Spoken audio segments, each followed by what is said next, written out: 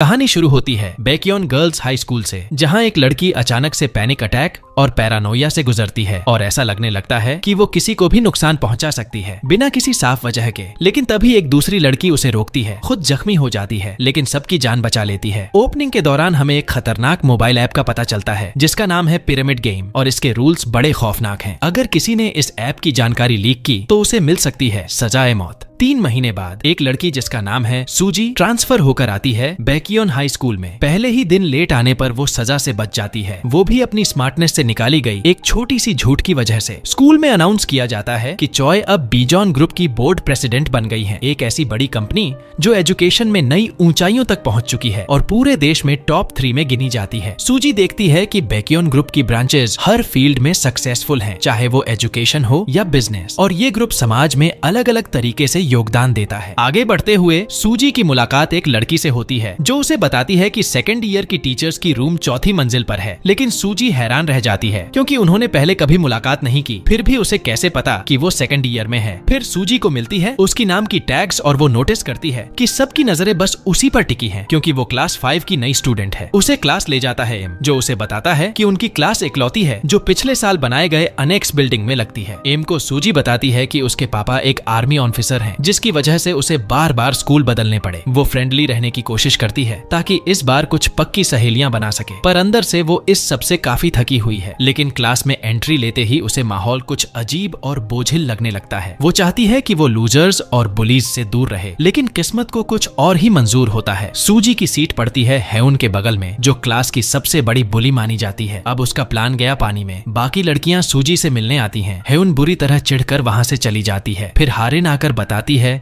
कि ये rim class की सबसे सुंदर लड़की है और वो सूजी को मिलवाती है डोआ से, जो न सिर्फ क्लास प्रेसिडेंट है बल्कि पूरे स्कूल की टॉप स्टूडेंट भी है। म्यूजिक क्लास में सब एक्साइटेड होते हैं क्योंकि ये रिम सिंगिंग परफॉर्म करने वाली होती है, लेकिन तभी ह्यून अपनी घायल बाहों के साथ आ जाती है और पूरे माहौल में टेंशन भर जाती है। लेकिन ये रिम सबका मूड ठीक कर देती है जैसे ही वो अपनी जादुई परफॉर्मेंस शुरू करती है और क्लास की लड़कियां झूम उठती हैं। स्कूल खत्म होते ही सूजी बाकी लड़कियों से विदा लेती है, लेकिन सब चुपचाप एक अजीब नजरों से उसे घूरने लगती हैं। सूजी को इसका अंदाजा भी नहीं होता। जब वो बाहर शॉपिंग कर रही होती है तब गलती से उसका नाम टैग गिर जाता है। वहीं उसे उसकी नई फ्रेंड्स पार्टी का इनविटेशन देती हैं और सूजी महसूस करती है कि ये स्कूल असल में एक मिनी सोसाइटी की तरह है जहां उसे अपना स्टैंड लेना है और अपनी जगह बनानी है। जल्द ही सूजी को एक फ्रेंड ग्रुप मिल जाता है, लेकिन चीजें यहाँ भी नॉर्मल नहीं है। उसे दिखता है कि हारिन अक्सर स्कूल से गायब रहती है। बाकी की क्लासेस की लड़कियां उनके साथ नहीं खाती और सिर्फ उनके कॉरिडोर में कैमरे लगे हैं, बाकी जगह नहीं। और सबसे बड़ा शॉकिंग खुलासा, हेउन बुली नहीं है बल्कि खुद एक विक्टिम है जो अपनी क्लासमेट्स के खतरनाक बुलिंग का शिकार हो रही है। क्लास में जब सूजी को सच्चाई का एहसास होता है तो वो हेउन को सलाह देती है कि उसे ये सब कुछ रिपोर्ट कर देना चाहिए सीधे टीचर्स को, एंड अगर मुमकिन हो तो स्कूल ही बदल देना चाहिए ताकि इस दर्दनाक माहौल से बाहर निकल सके। सूजी उसे कुछ पट्टियां देती है और तभी उसकी नजर ह्यून की कलाइयों पर पड़ती है, जहां पुराने जख्मों के निशान बताते हैं कि ह्यून ने खुद को नुकसान पहुंचाने की कोशिश की थी उस लगातार चलते मानसिक और शारीरिक शोषण की वजह से। अचानक एक और लड़की वहां आ जाती है और माहौल की असहजता महसूस करते हुए तुरंत वहां से निकल जाती है। ह्यून सूजी को चेतावनी देती है, अब तुम्हें क्लास में वापस जाना होगा, आज गुरुवार है। जैसे ही सूजी वापस क्लास में आती है, डोआ एक चौंकाने वाला खुलासा करती है। हर महीने के आखिरी गुरुवार को पिरामिड गेम का ह्यूमन रिसोर्सेज राउंड होता है। सूजी बिना किसी तैयारी के इस खतरनाक गेम में घुस जाती है, लॉगिन पासवर्ड डालती है और जैसे ही क्लास की मीटिंग शुरू होती है, डोआ जो क्लास लीडर है बोर्ड पर एक पिरामिड बनाती है और सबको बताती है कि हर लड़की को A से D तक रैंक दी जाएगी उस पर मिलने वाले वोट्स के हिसाब से। वोटिंग का पैमाना पॉपुलैरिटी से होगा और हाँ, हर लड़की को मोबाइल ऐप के जरिए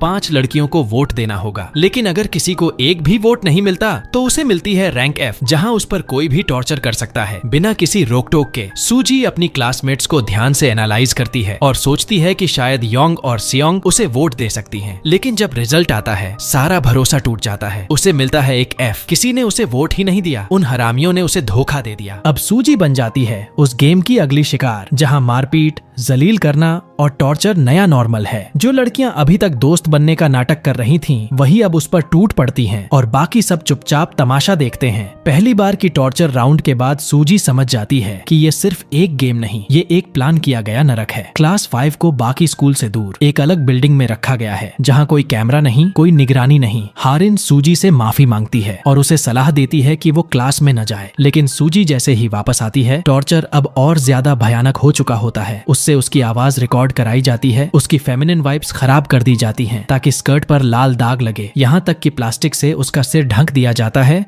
ताकि वो सांस न ले सके। सूजी को एहसास हो जाता है कि अगर कुछ नहीं किया तो यह गेम उसकी जान ले सकता है। अब वो ठान लेती है कि इस एफ रैंक से निकलना ही होगा किसी भी हालत में। वो याद करती है कि ह्यून और हारिन दोनों कभी उसी स्थिति में थीं। अब ये लड़ाई नहीं, एक वॉर जोन है जहाँ एक ही क्लासरूम में चल रही है विक्टिम्स, अपराधियों और मूक दर्शकों के बीच एक सर्वाइवल गेम। सूजी अब चालाकी से ह्यून से दोस्ती दिखाने लगती है, जिससे बाकियों की नजर उन पर टिक जाती है। बाहर निकलते हुए वो ह्यून को बताती है कि क्लास डी की लड़कियां पायो और यू को वो आसानी से मैनिपुलेट कर सकती हैं ताकि अगले वोटिंग राउंड में एफ से ऊपर उठ सकें। सूजी को लगता है कि डर, धोखा और पैनिक की वजह से कोई न कोई जरूर उन्हें वोट देगा, लेकिन ह्यून उसका प्लान सुनकर गुस्से में इनकार कर देती है। वो कहती है कि वो नहीं चाहती कि कोई और भी उसके जैसे दर्द से गुजरे और वहाँ से चली जाती है। अब सूजी की उम्मीदें टूटती हैं, लेकिन वो हार नहीं मानती। वो गेम के पीछे की सच्चाई तलाशने निकलती है और तब उसे एक बड़ा सच पता चलता है। इस पूरे गेम की मास्टरमाइंड कोई और नहीं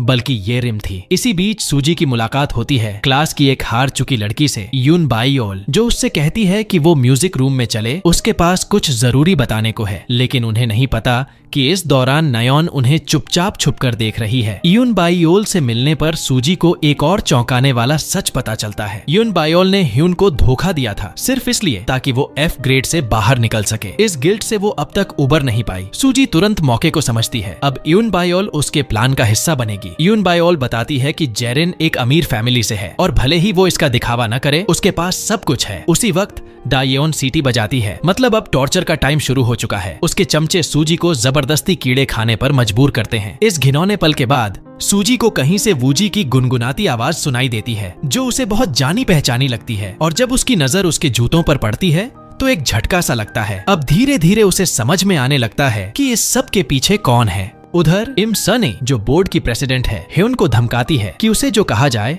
वो चुपचाप करना होगा। एक महीने पहले प्रिंसिपल सने किसी से सूजी के बारे में बात कर रही थी, जो एक रहस्यमय लड़की थी, और वही तय करती है कि सूजी को क्लास 5 में भेजा जाएगा। और अब वही लड़की क्लास में दाखिल होती है। सूजी को याद आने लगते हैं सारे क्लूज और फिर उसे सच्चाई का एहसास होता है। वो मासूम सी दिखने वाली हारिन ही असल में इस गेम की मास्टरमाइंड है। हाँ, वही हारिन जो दिखती है जैसे क्लास की प्रिंसेस हो, एक आदर्श छात्रा, सबकी फेवरेट, लेकिन असल में वो सबसे खतरनाक है। ये जानकर सूजी अंदर तक हिल जाती है, लेकिन वो कुछ नहीं कहती क्योंकि वो जानती है अगर एक कदम भी गलत पड़ा तो उसके लिए हालात और भी खतरनाक हो सकते हैं। अब हारिन अपनी आलीशान हवेली में मजे कर रही है और हमें पता चलता है कि वही थी जिसने ह्यून को जलते हुए सिगरेट से टॉर्चर किया था, सिर्फ अपना मकसद पाने के लिए। उधर प्रोफेसर इम सूजी की फाइल चेक करता है, जहां लिखा होता है कि सूजी में लो इंटरडिपेंडेंस और हाई इंडिविजुअलिज्म है, मतलब वो टीम प्लेयर नहीं है और खुद की सोच पर चलती है। एक मीटिंग में जब दूसरी टीचर एक क्लास में हो रहे बुरे बर्ताव की शिकायत करती है तो प्रिंसिपल बात को टाल देती है, कहती है कि अरे ये तो बस मस्ती मजाक है। लेकिन उसी वक्त डायोन और उसकी गैंग सूजी को कचरे के बैग में भरकर फिर टॉर्चर करती हैं। इस पूरे वक्त सूजी धीरे धीरे समझने लगती है कि इस नरक में सरवाइव कैसे करना है। उसे पता चलता है कि स्कूल में हर 10 मिनट का ब्रेक और 1 घंटा लंच का टाइम होता है, और अगर वो इन टाइम्स से बचती रहे तो टॉर्चर से थोड़ी राहत मिल सकती है। उसे ये भी समझ आता है कि ये सारी बुली लड़कियां स्कूल टाइम के बाद कभी किसी को नहीं छेड़ती और वो कोई भी हरकत बिना ए या बी ग्रेड वालों की परमिशन के नहीं करती। यानी इस गेम की अपनी कायदे कानून है, एक पूरा सिस्टम है। इतनी सुनियोजित प्लानिंग देखकर सूजी को लगने लगता है कि हारिन एक मामूली स्टूडेंट होकर ये सब नहीं चला सकती। तभी वो प्रोफेसर इम से पूछती है स्कूल के उसके सेक्शन में सीसीटीवी कैमरे क्यों नहीं लगे हैं। उससे पहले कि वो जवाब दे, एक और टीचर बीच में आ जाती है और कहती है उन्हें कैमरे की जरूरत नहीं क्योंकि उनके पास डोआ है, एक ह्यूमन सर्वेलेंस सिस्टम जैसी। अगले ही पल डोआ खुद वहाँ आ जाती है और सूजी को चेतावनी देती है, तुम चाहो भी तो टीचर्स को अपनी साइड में नहीं कर पाओगी। प्रोफेसर इम को अब शक होने लगता है कि मामला कितना गहरा है। सूजी अब डोआ के बारे में और खोजबीन करने लगती है। पता चलता है कि वो एक बड़े हॉस्पिटल की ओनर फैमिली से आती है और उसकी ओलंपिक लेवल की जूडो ट्रेनिंग को भी उसी फैमिली का सपोर्ट मिला था। जैसे जैसे सूजी इंटरनेट पर रिसर्च करती है, उसे महसूस होता है कि बैक्योन स्कूल सिर्फ एक स्कूल नहीं, ये तो एक पावर नेटवर्क है जहाँ यूनजुंग, येरिम, जायून, नायोन जैसे स्टूडेंट्स को प्रोफेशनल करियर के लिए गाइड किया जाता है। इसी दौरान एक क्लास के पहले डोआन को उसकी बड़ी बहन की धमकी मिलती है, घर जल्दी आ जाना वरना पापा माँ को फिर मारेगा। ये सुनकर वो अंदर तक डर जाती है। कुछ देर बाद सूजी हारिन से बात करने की डिमांड करती है सबके सामने, जिससे पूरा क्लास एकदम सन्न रह जाता है। सूजी अब हारिन से सीधे गेम के बारे में सच उगलवाती है और हारिन बड़ी मासूमियत से बोलती है कि उसे ये गेम बहुत मजेदार लगता है, खासकर जब वो लोगों की आंखों में उस खुशी को देखती है जब वो F ग्रेड वाले बच्चों को नीचे गिराकर खुद को ऊपर महसूस करते हैं। लेकिन जब सूजी क्लास में लौटती है तो उसे एक झटका लगता है। एक क्लासमेट उसे डांटती है क्योंकि सूजी के ब्रेक के दौरान गायब हो जाने की वजह से उसकी जगह सेजी को टॉर्चर के लिए उठा ले जाया गया। अब सूजी को और ज्यादा सतर्क रहना पड़ेगा, इसलिए वो फिर से ह्यून और यून बायोल की मदद से अपने ग्रेड को ऊपर उठाने की कोशिश करती है। लेकिन उसी वक्त उसके पापा का कॉल आता है। वो बताते हैं कि अब उनका परिवार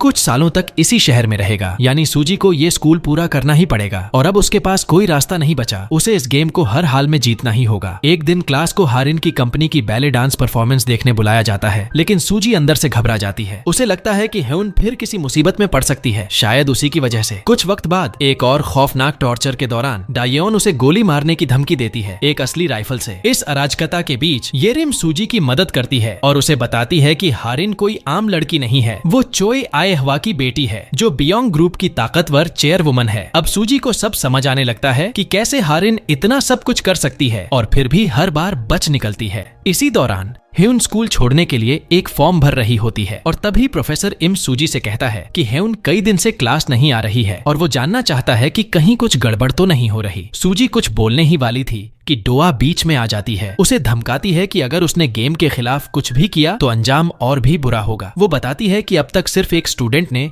गेम के नियम तोड़ने की कोशिश की थी और बाकी सबने घुटने टेक दिए हारिन के सामने। अब एक दिन फिजिकल एजुकेशन की क्लास के दौरान सूजी को फिर से बुली किया जाता है और वो प्रोफेसर इम से मदद की गुहार लगाती है। नर्सिंग रूम में बात करते हुए वो उससे एक स्कूल वायलेंस कमेटी बनाने की अपील करती है। प्रोफेसर इम उसे भरोसा देता है और बताता है कि पिछले साल भी एक लड़की वोरी कुछ ऐसे ही हालातों से गुजरी थी। वो सूजी से कहता है कि अगर वो सच में मदद चाहती है तो उसे कैमरे के सामने सब कुछ रिकॉर्ड करना होगा। लेकिन यहीं से कहानी अचानक एक भयानक मोड़ लेती है। इम अचानक अपना असली चेहरा दिखाता है, उसे सब पता है और फिर वो सूजी को जोरदार थप्पड़ मारता है ताकि उसके निशान दिखाकर वो गेम के खिलाफ सबूत पेश कर सके। जब वो सूजी को पूरी तरह पीटने ही वाला था, उसी वक्त ह्यून दरवाजा खटखटाती है और एकदम सही समय पर सूजी को बचा लेती है। टर्न्स आउट सारी लड़कियां जानती थीं कि इम एक साइको परवर्ट है। ह्यून अब उसे वूरी की उस रिकॉर्डिंग की क्लिप दिखाती है जिसमें यह साफ दिखता है कि जब वूरी मदद मांगने आई थी तो इम ने उसके साथ क्या किया था। अब सूजी पूरी तरह ठान चुकी है, इस पिरामिड गेम को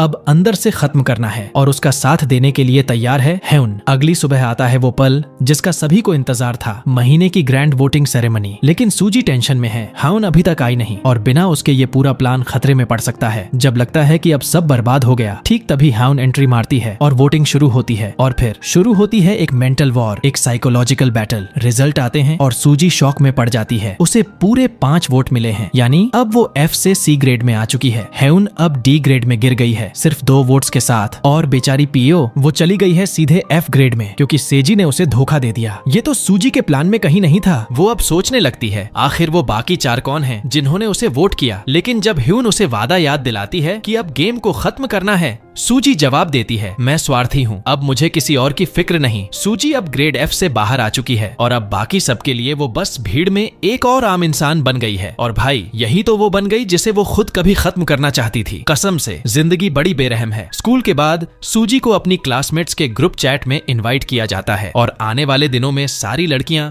उस पर फिर से मिठास दिखाने लगती हैं। दूसरी तरफ हारिन का असली रूप सामने आता है। वो एक बच्ची को आग से जलाने में भी नहीं हिचकिचाती, जबकि उसी वक्त उसके मम्मी पापा और दादी स्कूल में एक चैरिटी इवेंट की तैयारियों में जुटे होते हैं। इस बीच येरिम के पापा उसे समझाते हैं कि अच्छे से पेश आओ और जो सामने है उससे डटकर लड़ो। लेकिन सूजी अब वो बनना चाहती है जो बाकी सब हैं, फेक रिलेशनशिप्स, फेक स्माइल्स और पीओ के दर्द को इग्नोर करना अब उसकी नई रूटीन बन जाती है। एक दिन येरिम उसे बताती है कि उसने सूजी को वोट यूं ही दे दिया था बिना किसी वजह के। इससे सूजी को एक आइडिया आता है, उसे गेम में ऊपर उठने के लिए ऊंचे ग्रेड वालों के और वोट्स चाहिए। फिर एक दिन प्रोफेसर एम क्लास में एक ग्रुप आर्ट असाइनमेंट रखता है जिसमें लड़कियां एक दूसरे की आर्ट वर्क को रैंक करेंगी। लेकिन फिर सच सामने आता है। हारिन ने डायरेक्टर के जरिए एक पेन ड्राइव भिजवाई थी जिसमें साफ साफ लिखा था कि किस स्टूडेंट को उसके गेम रैंक के हिसाब से कितने मार्क्स मिलने चाहिए। ये देख सूजी खुद को बीच वाले जोन में रख लेती है ताकि कोई शक ना हो, लेकिन उसके मन में सवाल उठता है, आखिर ये घटिया खेल कब तक हमारी जिंदगी पर हावी रहेगा। इतना ही नहीं, अब सूजी को वोटिंग को लेकर डरावने सपने आने लगते हैं और अब असली मास्टर प्लान शुरू होता है। वो ये जानना चाहती है कि 4 में से बाकी 3 लोगों ने उसे वोट क्यों दिए। इसके लिए वो ऐप की सिक्योरिटी पर सवाल उठाती है और एक नया तरीका सुझाती है। इस बार वोटिंग होगी हाथ से, पेपर पर, लेकिन असली मकसद है सभी की हैंडराइटिंग पकड़ना और प्लान हिट हो जाता है। सूजी को पता चल जाता है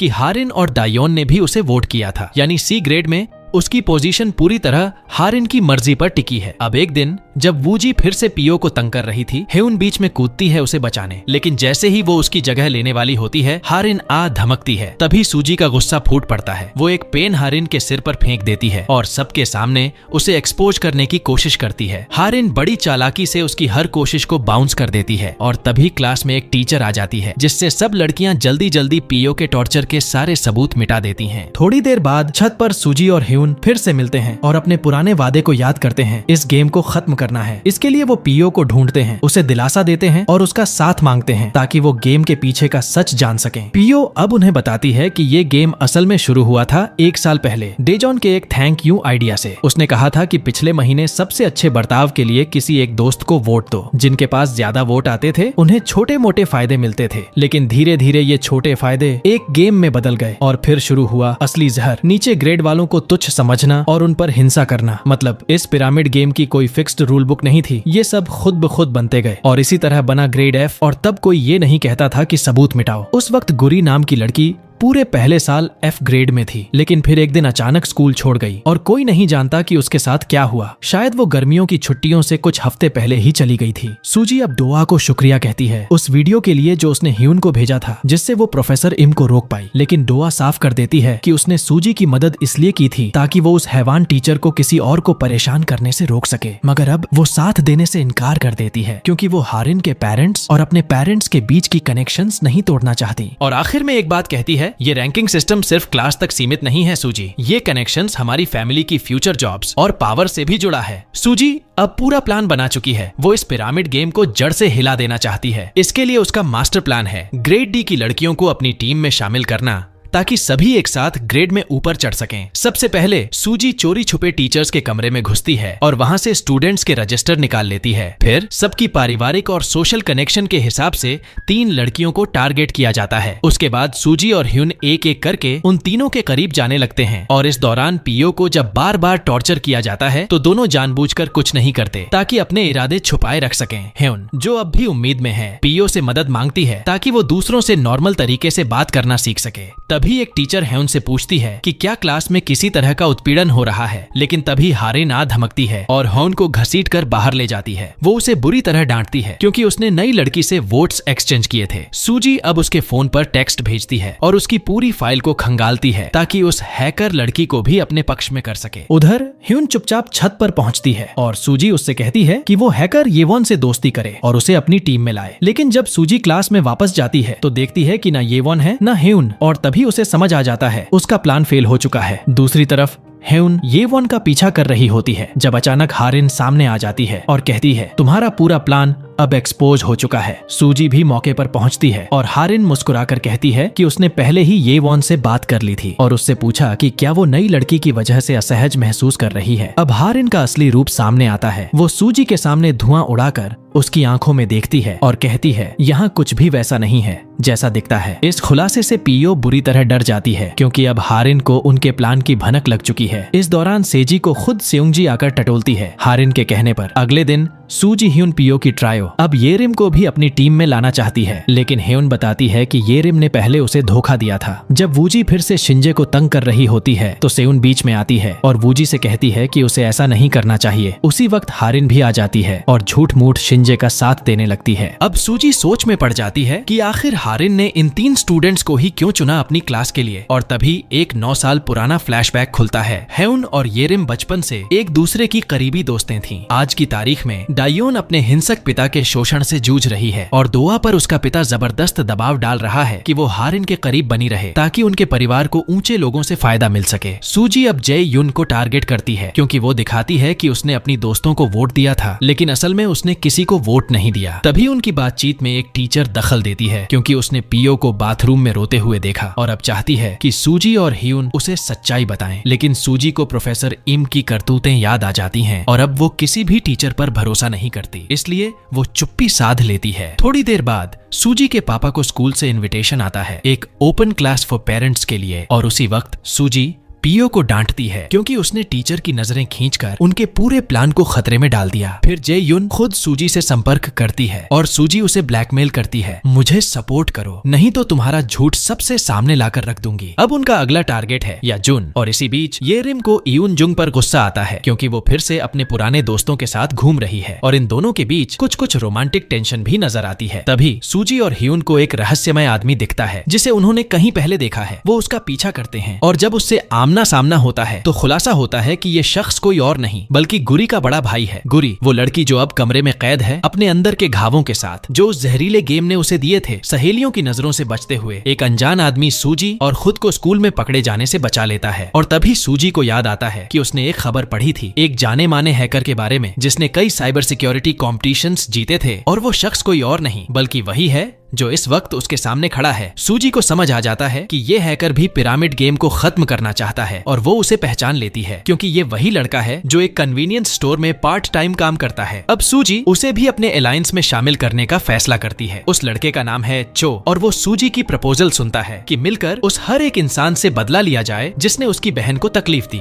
थोड़ा सोचने के बाद चो अपने स्किल्स का इस्तेमाल करने के लिए तैयार हो जाता है और सबसे पहले वो जेहन के बारे में कुछ सीक्रेट इन्फॉर्मेशन निकालता है जो कि सूजी जानती है एक पागल किस्म की लड़की है जिसे अपनी क्लासमेट्स की फोटोज लेना और उन्हें चुपचाप देखना पसंद है। सूजी अब उसी कमजोरी को हथियार बनाकर उसे ब्लैकमेल करने की सोचती है, लेकिन ह्यून एक बार फिर इंसानियत दिखाती है और पहले कोशिश करना चाहती है कि जा-हुन को बिना धमकी के वोटिंग में अपनी साइड में लाया जाए। इधर हारिन अपने दुश्मनों की चाल को समझ जाती है कि ये लोग ग्रेड डी की लड़कियों को अपनी टीम में लाना चाहते हैं। तभी वो एक अजीब सा गाना गुनगुनाती है जो उसके पिता को भी बेचैन कर देता है। दूसरी तरफ चो सूजी को बताता है कि उसे हारिन की कोई फोटो या जानकारी इंटरनेट पर कहीं नहीं मिल रही, बस एक अफवाह है कि बैकियोन ग्रुप की पावरफुल चेयरवुमन अपनी नातिन हारिन को सब कुछ दिलवा देती है जो वो चाहती है। अब वोटिंग से 2 दिन पहले सूजी स्यूंजी की कमजोरी पकड़ लेती है और उसे धमकाती है कि अगर उसने वोट एक्सचेंज नहीं किया तो उसका सीक्रेट सबके सामने लीक कर देगी। इस तरह सूजी को मिलती है एक और नई एलाय। आखिरकार आ जाता है वो दिन जिसका सबको इंतजार था, ओपन क्लास फॉर पेरेंट्स। वहीं ह्यून बताती है कि वो भी जा-हन का सपोर्ट हासिल कर चुकी है और उसी समय सूजी का पापा क्लास में एंट्री लेता है जिसे देखकर प्रिंसिपल और हारिन के मम्मी पापा तक चौंक जाते हैं। इसके बाद सूजी ये रिम से बात करती है, उसे बता देती है कि उसने इयुन जुंग के साथ उसका रिश्ता पकड़ लिया है, लेकिन वो चुप रहेगी अगर ये रिम अगली वोटिंग में खुद को ग्रेड एफ में जाने दे क्योंकि उसकी फैमिली इतनी पावरफुल है कि कोई उसे टच तक नहीं करेगा। इस धमकी के पीछे सूजी का मकसद साफ है, हारिन को उसी के गेम में हराना। क्लास में टीचर युन सूजी के पापा से कहती है कि उनकी बेटी के सेक्शन में स्कूल वायलेंस चल रहा है जिससे डायरेक्टर और बाकी पेरेंट्स का चेहरा एकदम उतर जाता है। सब कुछ जानने के बाद भी सब चुप हैं, सब दिखावा कर रहे हैं कि सब कुछ ठीक है। इसी बीच सूजी ये रिम से कहती है कि वो जानती है शुरुआत में वो अकेली थी जो इस गेम के खिलाफ थी, लेकिन अब वो उसका साथ नहीं दे सकती क्योंकि हारिन और सूजी दोनों अलग अलग वजहों से उसे धमका रहे हैं। और तभी हर लड़की के मोबाइल में एक साथ आता है एक गुड बाय मैसेज। स्यूंजी ने खुद को एक रूम में बंद कर लिया है और आत्महत्या की कोशिश की है, पर शुक्र है उसकी चोट सिर्फ सतही है और बाकी लड़कियां वक्त पर पहुंच जाती हैं। उसी वक्त हारिन सबके सामने सूजी का सामना करती है और उसे सबके सामने नीचा दिखाती है कि स्यूंजी को ब्लैकमेल करने की गलती सूजी की थी। क्लास में प्रोफेसर युन को प्रोफेसर इम बीच में टोकता है और सूजी को शक होने लगता है कि ये ड्रामा, ये सीन शायद हारिन का एक चालाकी से बिछाया हुआ जाल था ताकि सूजी को खत्म किया जा सके। तभी सूजी का पापा क्लास में लौट आता है बाकियों के साथ और पूरा मामला बिगड़ जाता है। अब सब मिलकर सूजी को ही कसूरवार ठहराने लगते हैं, लेकिन इस पूरे बवाल में हैरानी की बात ये कि सूजी को डिफेंड करती है खुद हारिन, जिससे हारिन की पब्लिक इमेज साफ हो जाती है। बाकी लड़कियां अब फैसला करती हैं कि इस मसले को वो खुद सुलझाएंगी और होता है वोटिंग। इस बार हाथ उठाकर सबके सामने सूजी को सुंजी को धमकाने की वजह से एक बड़ा झटका लगता है। लड़कियों की कमेटी एक डिसिप्लिनरी सजा के तहत उसके वोटिंग राइट्स जब्त कर लेती है। अब सूजी अगले गेम्स में वोट नहीं दे सकती, हालांकि वो खुद वोट्स रिसीव कर सकती है। सियुन बीच में दखल देने की कोशिश करती है, लेकिन किसी की नहीं चलती। सूजी को सजा मिलती है और उसकी योजना हिलने लगती है। दूसरी ओर प्रिंसिपल उस टीचिंग असिस्टेंट को डांट देती है जिसने नियमों में दखल देने की कोशिश की थी और उसे साफ चेतावनी देती है, अगर उसने ऐसा फिर किया तो उसका कॉन्ट्रैक्ट एक्सटेंड नहीं होगा।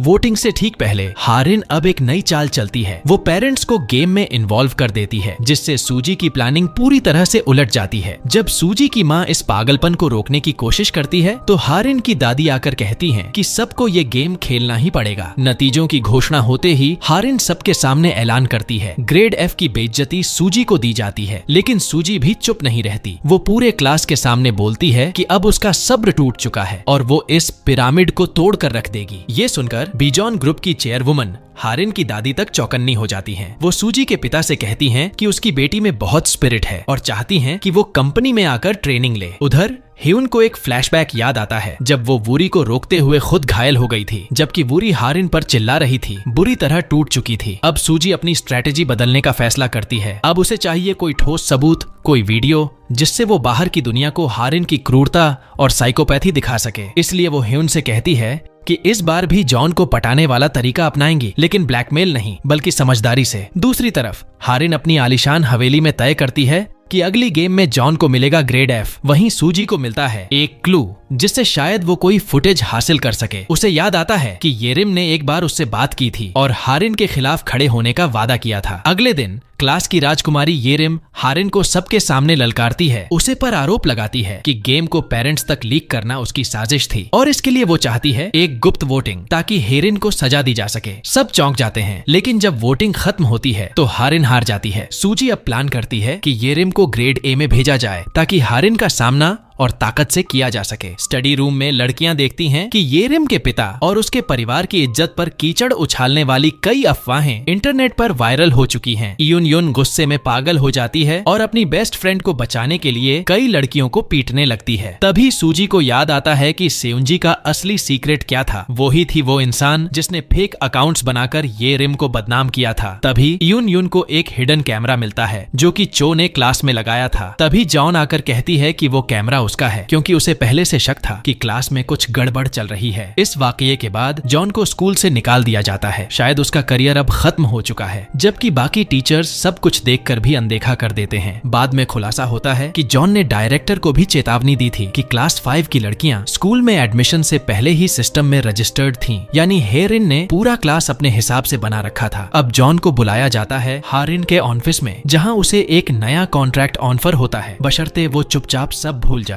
आखिरकार जॉन सूजी से विदा लेती है, उससे माफी मांगती है और कहती है कि अगर कभी मदद चाहिए तो उसे कॉल कर सकती है। थोड़ी देर बाद सूजी पीओ से बात करती है कि वो कबूले कि उसी ने हारिन को हिडन कैमरा के बारे में बताया, लेकिन असलियत कुछ और ही थी। पीओ ने ये बात उन जी को बताई थी और उसी ने हारिन को खबर दी थी। इस धोखे के बाद सूजी का दिल टूट जाता है, लेकिन वो मजबूर है। वो पायो को अपनी ट्रस्टेड टीम से बाहर कर देती है, भले ही उसके साथ बिताया वक्त अब एक याद बनकर रह जाए। जैसे ही नई वोटिंग शुरू होती है, सूजी भले ही किसी को वोट नहीं दे सकती, बट उसके पास है एक प्लान। उसने चो से मिली एक सीक्रेट ऐप अपने फोन में इंस्टॉल कर ली है, जिससे वो पूरे गेम की फुटेज रिकॉर्ड कर सकती है। लेकिन जब नतीजे सामने आते हैं, सबकी आंखें फटी की फटी रह जाती हैं। पूरी पिरामिड में भूचाल आ चुका है। सूजी और बाकी लीड कैरेक्टर्स को गिराकर भेज दिया जाता है ग्रेड डी में। वहीं येरिम एक धमाके के साथ टॉप पर पहुंच जाती है। ग्रेड ए में पीओ अब ग्रेड एफ से उठकर डी में आ गई है। लेकिन सबसे शॉकिंग ट्विस्ट ये है कि इयुन बायोल सीधा सबसे ऊंचे रैंक में पहुंच गई है और दूसरी ओर डायोन गिरकर बी पर आ जाती है, जिससे वो आग बबूला हो जाती है क्योंकि उसे एहसास होता है कि हारिन ने उसे धोखा दिया है। उधर चो एक और बड़ा खुलासा करता है। सूजी को डी ग्रेड में पहुंचाने वाले 3 वोट्स येरिम, ह्यून और जाहन ने दिए थे, और अगर ये सारे बदलाव कम नहीं थे तो हारिन को एक और झटका लगता है। इस बार कोई भी स्टूडेंट ग्रेड एफ में नहीं गया क्योंकि सूजी ने फिर से पूरा प्लान बदल दिया। येरिम के स्पोर्ट से खुद को बचा लिया। ये पूरा मूव सीधे सीधे हारिन को दी गई एक खुली जंग की चुनौती है और हारिन जैसी शातिर प्लेयर ये चैलेंज इतनी आसानी से नहीं छोड़ेगी। यही था पिरामिड के इस पहले पार्ट का एंड। और अगर तुम्हें ये कहानी पसंद आई हो